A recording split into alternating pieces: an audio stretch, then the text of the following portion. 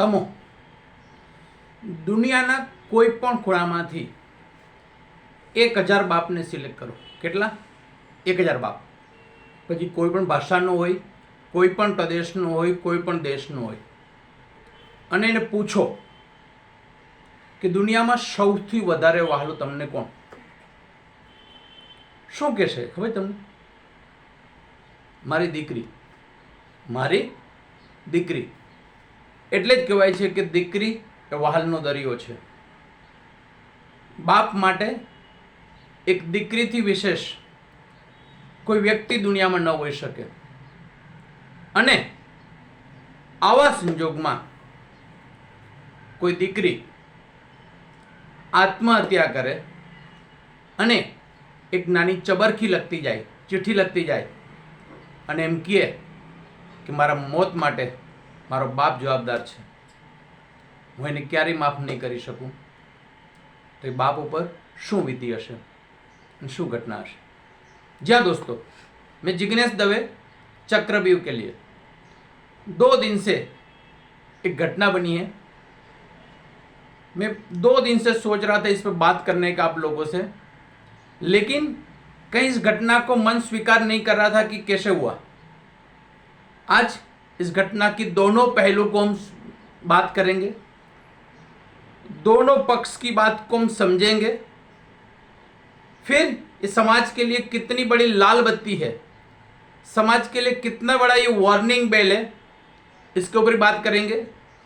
जी हाँ दोस्तों, सबसे पहले मैं एक पर्ची पढ़ रहा हूँ जो एक लड़की ने सुसाइड करने से पहले लिखी थी, फिर हम उसकी बात करेंगे. जी हाँ दोस्तों, लड़की ने लिखा है कि पिताजी, मेरे मौत के लिए सिर्फ और सिर्फ आप जिम्मेदार हो. क्या लिखा है? मेरे मौत के लिए सिर्फ और सिर्फ आप जिम्मेदार हो.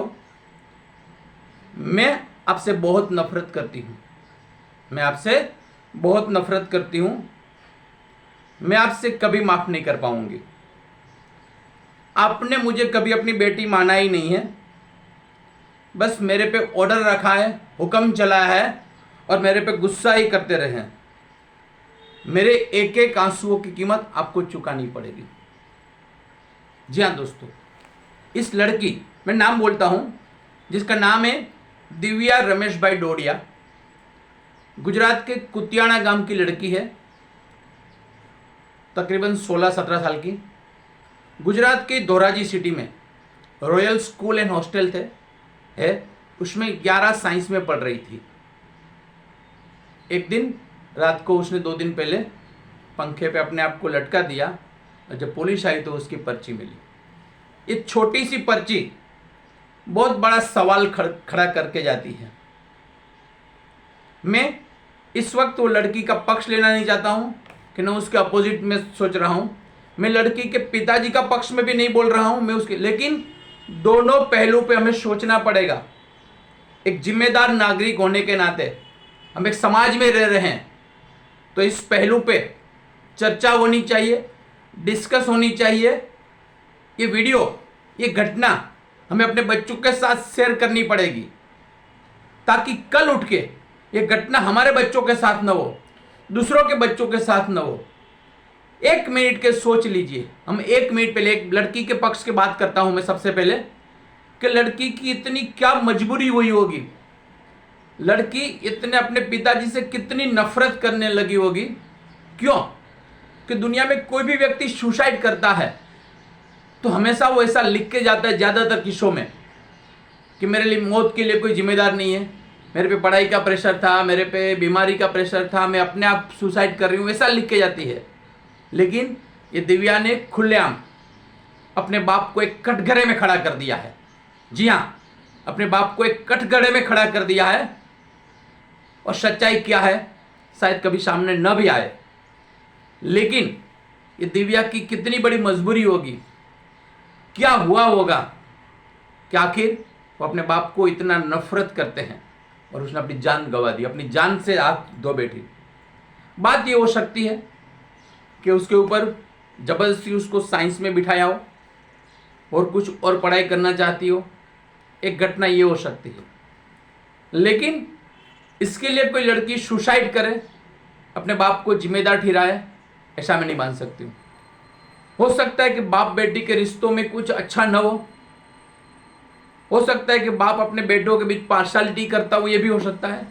लेकिन न्यूज़पेपर से मालूम पड़ा कि बाप बीएसएफ का मिलिट्री का रिटायर ऑफिसर था, भले गांव में रहता था, लेकिन उतनी तो उसमें समझ होगी ना, जिसने देश के लिए काम किया है, कि मैं मेरी बेटी को समझूं। लेकिन क्या करे। फिलहाल इस घटना की पुलिस तहकीकात कर रही है। एक छोटी सुसाइड नोट के सिवा कुछ नहीं मिला है। लेकिन मैं मानता हूं लड़की ने जितना लिखा कि आई हेट यू, अगर उसकी जगह पे अगर इतना लिखा होता पापा आई मिस यू, तो लड़की ने जो 12:30 बजे सुसाइड किया ना, तो कुतियाना से दोराजी आते हुए सिर्फ 1.5 घंटा लगता था। कितना लगता था? मुझे मालूम है कि उसका बाप रात को 1:30 बजे भी वो दोराजी आ सकता था, लेकिन ऐसा क्या हुआ होगा? एक सवाल आज भी खड़ा है, आगे भी खड़ा रहेगा। अभी हम लड़के के बाप की ओर से उसको देखें तो इस घटना के बाद लड़की के मोबाइल से मालूम पड़ा है कि सुसाइड करने से पहले लड़की ने 1 घंटा किसी से बात किया है। जी हां, ये मोबाइल 1 घंटा किसी से बात किया है। पुलिस वो नंबर पे अभी मैं डिस्क्लोज नहीं कर रहा हूं, पुलिस भी डिस्क्लोज नहीं कर रही है कि उसने 1 घंटा किसी से बात किया है। किससे बात किया है? क्या बात हुई है? क्या आज हमारा समाज, हम अपने बच्चों के प्रति, एक माँ बाप क्या अपने माँ बाप अपने बच्चों के प्रति इतना कनेक्शन में नहीं है कि बच्चे सुसाइड करने से पहले अपने माँ बाप से बात कर पाए? जी हाँ, वो लड़की ने अपने बाप से बात नहीं की थी, और किसी से बात की थी। हमें अपने बच्चों के साथ क्या इतना भी रिलेशन नहीं डेवलप की है, इतने भी संबंध को हम नहीं संभाल पाए हैं कि बच्चे कोई भी मुश्किल हो तो अपने माँ बाप से बात शेयर कर पाए, एक सुसाइड जितना बड़ा कदम उठाए उससे पहले बात कर पाए। हर माँ बाप को लगता है कि मेरी बेटी छोटी है। आप एक बार उसका इंस्टाग्राम की प्रोफाइल देखिए, आपको मालूम पड़ेगी कि आपकी बेटी कितनी छोटी है। अगर वो बाप सही में अपनी बेटी को इतनी नफरत करता होगा तो साल के 2 लाख का खर्च करके उसको कुतियाना से दोराजी नहीं भेजता, 18 साल में उसकी कहीं भी शादी कर देता, सिवर्ण क्लास में लगा देता, घर काम में लगा देता, उसको साइंस में नहीं लगाता। तो बात इतनी आसानी से हजम नहीं होती है। ठीक है, उसने लिखा है कि मेरा बाप मुझे नफरत करता था, मेरे पे गुस्सा करता था, बस मेरे पे ऑर्डर चलाता था। लेकिन क्यों एक बाप अपनी बेटी पे क्यों गुस्सा करता है? क्यों उसको ऑर्डर चलाना पड़ता है? इस समाज की हर बेटियों को सोचना पड़ेगा कि मेरा बाप है, आपका दुश्मन नहीं है। और हमारे में इतनी सहन शक्ति होनी चाहिए कि आपके माँ बाप आपको कुछ कहते हैं, आपको कुछ समझाते हैं, तो उसके पीछे का एक मकसद होता है।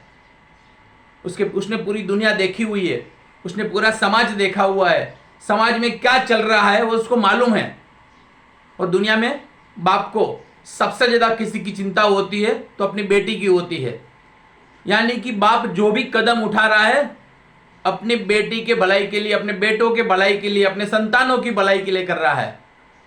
और एक बेटी 17-18 साल की बेटी जिसकी डोली उठानी होती है और उसकी अर्थी उठानी पड़ती है, तब उसके बाप के कंधों पे कितना वजन आता होगा। अरे जाते जाते भी अपने बाप को एक बोला ने कटघरे में खड़ा कर दिया है, समाज के सामने, कानून के सामने, पुलिस के सामने। कल उठ के बाप समाज को क्या मुंह दिखाएगा? तो मैं हर बेटियों से ये कहना चाहता हूं कि अगर माँ बाप आप पे गुस्सा करते हैं, आपके ऑर्डर चलाते हैं, कभी आपका मोबाइल चेक करते हैं, आपसे बात करते हैं, तो आपको गुस्सा करने की, उनसे नफरत करने की ज़रूरत नहीं है। वो आपसे क्यों कहते हैं ऐसा वो समझिए। अगर आपके कुछ ज़्यादा प्रॉब्लम है तो आप उसको सामने बैठिए ना, आपके माँ बाप के दोनों को सामने बिठाइए, आपके बड़े भाई को बिठाइए, आपके रिश्तेदार को बिठाइए और दिल खोल के बात कीजिए कि मुझे ये प्रॉब्लम है, मुझे समस्या है। लेकिन इस तरह से सुसाइड करना, इस तरह से बाप को नंगा करके समाज के सामने छोड़ देना, ये कोई उकेल नहीं है। और मैं माँ बाप को बोलूं तो माँ बाप को बेटों पे ध्यान रखना चाहिए, बेटियों पे ध्यान रखना चाहिए, सही बात है, लेकिन उनके जासूस बन के नहीं, उनके दोस्त बन के उनके ऊपर ध्यान रखना है। आपके बेटे बेटी क्या कर रहे हैं, कहाँ पढ़ रहे हैं, उसके दोस्त क्या है, और किसके साथ उठते हैं, किन के साथ बैठते हैं। अगर माँ बाप ये इंक्वायरी करते हैं तो वो उसकी जासूसी नहीं है, वो उसके प्रति उसकी प्रेम है, उसके प्रति उसकी लागणी है, उसके प्रति उसकी जो इनसिक्योरिटी की भावना है वो होती है। फिर भी माँ बाप से मैं इतनी रिक्वेस्ट करूंगा कि जो भी बच्चों के साथ है वो प्रेम से समझा बुझा के व्यवहार कीजिए, ताकि आपके बेटों से आपको हाथ न धोना पड़े, समाज में आप अकेले न हो जाओ।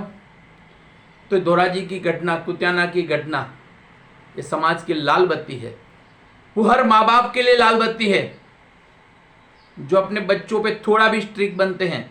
वो उन लोगों के लाल बत्ती है जो अपने बच्चों के प्रति बिल्कुल बेदरकार होते हैं। वो उन माँ बाप के लिए भी लाल बत्ती है कि बच्चों की भावनाओं को नहीं समझते हैं। वो उन माँ बाप के लिए भी लाल बत्ती है, बच्चों की कैरियर के बारे में उनसे पूछे बिना निर्णय लेते हैं। वो उन माँ बाप के लिए भी लाल बत्ती है जो अपने बच्चों को अपने से दूर कोई दूसरे शहर में या तो दुनिया के कोई भी कोने में उसको पढ़ाई के लिए, जॉब के लिए भेज रहे हैं। ये उन बच्चों के लिए लाल बत्ती है कि जो कहीं ना कहीं, जिसने 20 साल 25 साल अपने कैरियर के लिए, अपने फ्यूचर के लिए बच्चों, अपने माँ बाप ने अपनी जिंदगी अपने बच्चों के लिए डाल दी है, उसको मालूम है कि एक मुझे पढ़ाने के लिए, साइंस में पढ़ाने के लिए, एक एमबीए करवाने के लिए, डॉक्टर बनाने के लिए बाप की क्या हालत होती है, वो किस तरह से पाई पाई करके पैसा पैदा करता है, समाज में कितना वो बोझ उठाता है, तब बच्चों को पढ़ा पाता है।